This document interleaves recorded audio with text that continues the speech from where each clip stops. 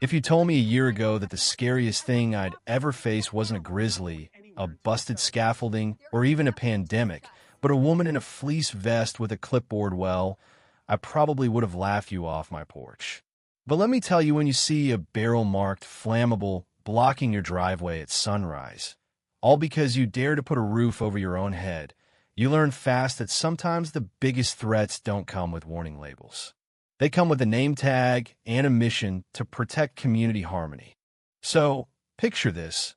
I'm standing on a muddy 10-acre lot just outside High Meadow Pines, sawdust in my hair, mug of burnt coffee in my hand, thinking the worst thing I'd have to deal with was rain in the forecast. I bought that land fair and square double-checked every line, every plat map, every so-called corridor of visual serenity the county could dream up. My dream was simple: build my own house with my own hands and finally run my furniture shop without someone nagging me about the color of my truck.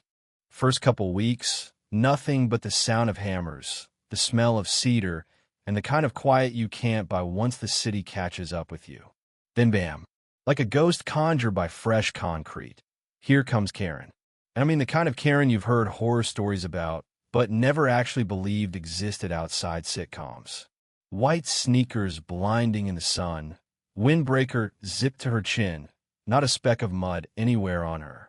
Her badge says HOA Compliance Monitor, but her eyes say, I'd cite God himself for having unapproved grass. She doesn't knock, doesn't smile, just walks up with that look like she's already rehearsed her lines. Excuse me, your construction is disrupting the visual harmony of our community. And I swear, for half a second, I actually looked around to see if I'd wandered into someone else's backyard. Sorry, who are you again? I asked, trying to keep it friendly, like maybe this is just a misunderstanding. She goes, Karen Gillespie, High Meadow Pines Homeowners Association. This lot falls within our visual corridor. Now, I prepared for snakes, for squatters, even for trespassing teens looking for a spot to drink, but a visual corridor? That's new. I tell her calmly that I checked the boundary lines. I'm not in her HOA. County land, free and clear. But she's not buying it. That may be your belief, she says, like she's correcting a child, but your activity affects the neighborhood's visual character. This building hasn't been approved by our design committee. By now, I'm gritting my teeth, kind of tin in my head.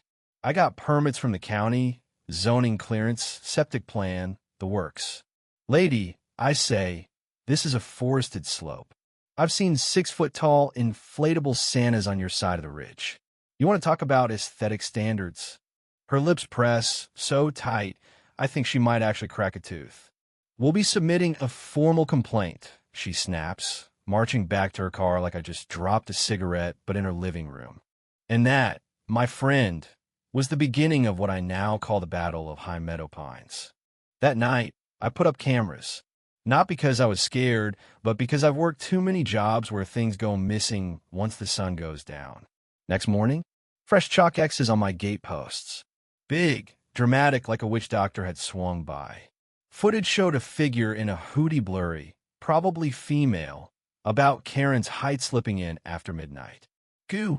So, I swapped my portable fence for steel posts I'd salvaged from job site. By day, I frame. By night, I hit replay on the security feed, waiting for the next move. Sure enough, a couple days later, a black SUV with county plates rolls up. This time with a guy named Jim from planning and zoning, clipboard in hand, looking like he'd rather be home watching baseball. Chris Westbrook, he asks. We had a complaint. Says you're building unauthorized commercial property. Wildlife issues, truck traffic, maybe even chemicals. I nearly choke on my coffee. I show him my permits, zoning approval, everything. He gives it a once-over, nods, then says off the record, they might try to take it to the state level. People get territorial. He leans in, lowers his voice. Erosion control, sign put it up. Even if it's not required. Just trust me. I do. Orange sign goes up that afternoon, big as life. But paperwork is just the appetizer for folks like Karen. Next, the propaganda hits. Flyers show up in my mailbox, bold letters screaming about unregulated construction threatening our neighborhood. Grainy photos of my trailer, like I'm running a meth lab. Anonymous resident quotes, "It's ruining the view." Chemicals. Peace, not plywood. All from the so-called Aesthetic Protection Committee. Subtle, huh? At this point, I'm not even mad. I am impressed. Takes real dedication to wake up at 2 a.m., sneak onto someone's land, and play Xerox Bandit with neighborhood gossip. I start keeping my drone in the air, just in case someone decides to up the ante. And up it goes. Saturday morning, a flatbed truck with 3 guys in orange vests brings 2 massive concrete barricades, like they're prepping for a hurricane. Roads being closed temporarily, one tells me, like he's announcing a snow day. Karen's lurking behind the truck, clipboard and walkie-talkie in hand, spouting legalese about emergency access protocol. I warn them, put those blocks down. You're obstructing public access. I dial the sheriff. 20 minutes later, Deputy Lopez shows up, reads my deed, my permit, my boundary map, then turns to Karen and says, plain as day, "Ma'am, this lot is outside your HOA jurisdiction." She tries to argue, but he shuts her down cold. "If you block this driveway again, that's obstruction and criminal mischief." The workers drop the blocks by the tree line, mutter, "Not worth it," and drive off. Karen hisses, "This isn't over. I can't help myself." That's what every Bond villain says before the credits roll. You think that'd be enough, right? But bullies don't know when to quit. Next morning, there's a rusty barrel in my driveway, red paint, stenciled flammable. Security cam shows Karen's henchman dropping it off at 2:28 a.m., bold as brass. I call the fire marshal. She shows up with the HOA's wannabe security guard in tow. I play her the footage. Deputy comes, hazmat unit takes the barrel, and Karen arrives 10 minutes late, all innocent. "We were just concerned for safety." Sure, Karen. Whatever helps you sleep. By now, my life is a never-ending parade of forged court orders, anonymous tips, and late-night sabotage. But here's the twist, one I should have seen coming. Turns out, Karen's been running a shadow government for years. A neighbor, Carla, finally reaches out. Says Karen's been inventing infrastructure fees, faking compliance permits, blocking home sales with phantom liens. County records are a mess. Signature stamps from years ago reused on new documents. No one ever checks because, well, who questions the woman with the badge and the clipboard? I dig deeper, file after file. Every page, every permit, every suspicious fee. Turns out Karen's been cashing unregistered money orders, issuing violation letters to people she doesn't like, faking county seals. She even faked a cease and desist order, citing a judge who'd retired 5 years ago. News crews start showing up, and Karen never wanted to let a good camera go to waste to stitch her own confrontation at my gate, trying to goad me on film with her forged court order. But the comments aren't on her side. People are tired of little dictators with too much free time and a taste for power trips. And finally, someone at the county prosecutor's office stumbles across the footage, the forged documents, the voice memos Karen recorded bragging about her scams. Suddenly, it's not just my fight anymore. A week later, Karen's house gets raided. Fake permits everywhere, unregistered cash, her voice on tape admitting to fraud, impersonation, all of it. She's arrested. The HOA collapses, accounts frozen, board members resigning, lawsuits flying. Neighbors start coming out of the woodwork, apologizing, some angry, most just relieved. In the end, I win the case.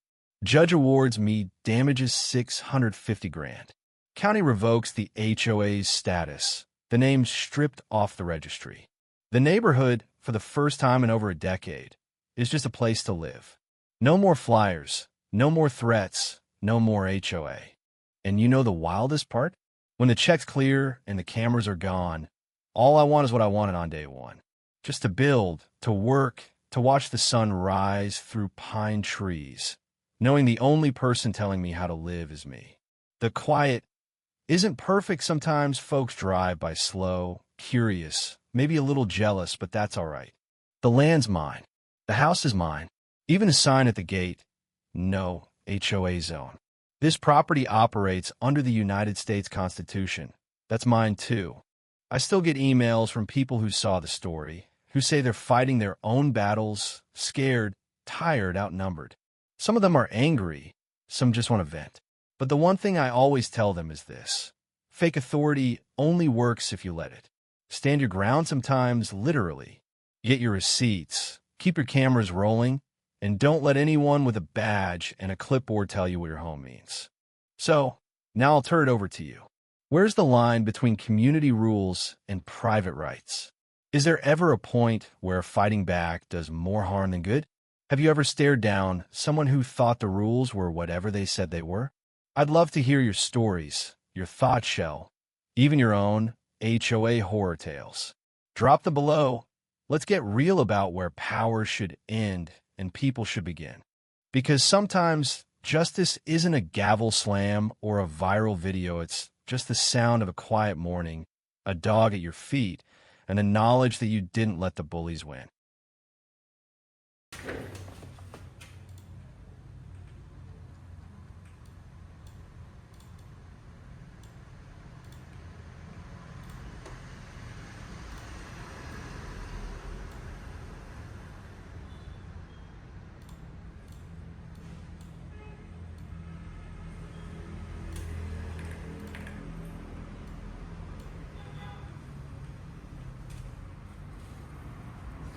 Cảm ơn tất cả các bạn đã xem video.